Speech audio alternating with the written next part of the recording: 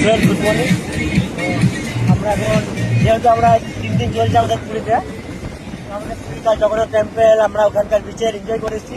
তো আজকে আমরা চলে এসেছি যেটা পুরীর সামনে পড়ে, যেটা হলো আমাদের চন্দ্রকোনা বিচ। দেখতে পাচ্ছি চন্দ্রকোনা বিচের ভিউ।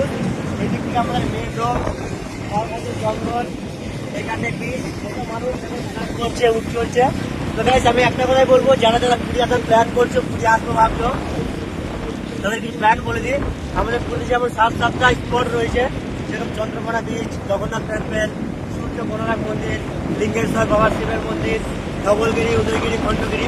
যারা আসতে চাইছেন,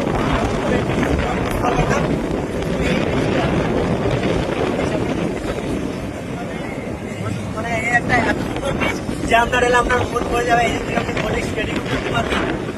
দেখুন এই যে আমাদের ফ্যামিলির মধ্যে আমরা সব চলে এসেছি, আর একটা ক্যামেরা ধরে আছে।